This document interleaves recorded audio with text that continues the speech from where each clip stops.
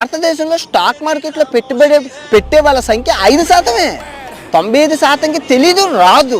Stock market అంటే ఏదో జోదము, betting అనుకొని చెప్పి చాలామంది వెళ్ళిపోతారు. ట్రేడింగ్ని పట్టండి. ట్రేడింగ్ వల్ల నష్టమే తప్ప లాభం ఎవరికి లేదు. కానీ ఎందుకు లాభము ఎందుకు నష్టమో అది చివరాకర్లో మాట్లాడుకుందాం. ట్రేడింగ్ గురించి 5% మంది చేస్తారు కదా. అమెరికా తీసుకోండి, 50% నుంచి 60% మంది పెడతారు. మళ్ళీ డబ్బులు బీరువాలో బ్యాంకుల్లో పెట్టుకోరు, స్టాక్ మార్కెట్లో పెట్టుకుంటారు. నిన్న అందరికీ లాభాలే. అమెరికాలో ఎప్పుడు పెరుగుతూనే ఉంది. అమెరికాలో స్టాక్లు ప్రతి ఒక్కరికి లాభాలే. సో మనం కూడా పెట్టాలి.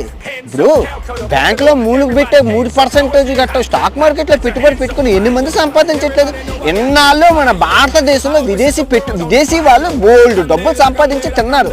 మనం అటు ఇటు చూసాం. ప్రతి వాళ్ళు చేస్తారు. అందుకే అంటున్నాను, మీరు ఒక స్టాక్ తీసుకోండి.